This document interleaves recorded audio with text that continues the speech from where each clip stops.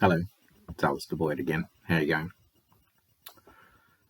I was trying to tell a bit of a story before and it really didn't come across very well, so I'm going to run with it again. I just had a few conversations with a few people, heard a few interesting things, and I thought I'd just pass them on to you. I can really take no credit for any of them, except the last one, because I made it up tonight. So I was down at the shops today, down at Jesmond, and there's a fish and chip shop there. And I just saw there's a painter up on the top there. And the owner came out and stood back and he looked at it. And he called to the painter and he said, "I don't think there's enough space between fish and chips." I think I agreed. While I was down there, I actually ran into one of the school teachers, even though it's Saturday, and she was telling me that there'd been some examinations and things at school, and really they've been testing the children's writing skills, and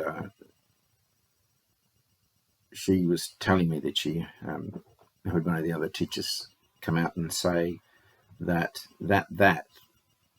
boy wrote was very well written. It's good to know. But at the same time, same examination, they were looking at the way the children had constructed their stories, and she'd said, Peter, where John had much more influence in that story. I was thinking really about what had happened before and after was is.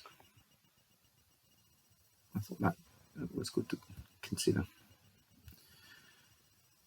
On a completely different note, I was reading a bit about Merlin the magician, and I was reading that he'd actually been a little confused about something in a spell that he'd heard. He'd been down into the forest and he was visiting a witch's coven, and there's a number of them there casting spells, and he'd written afterwards that he couldn't tell which witch had said was actually correct in that spell. Anyway, that's what you get with magic, I suppose. And that was really all I had to say. So, good night.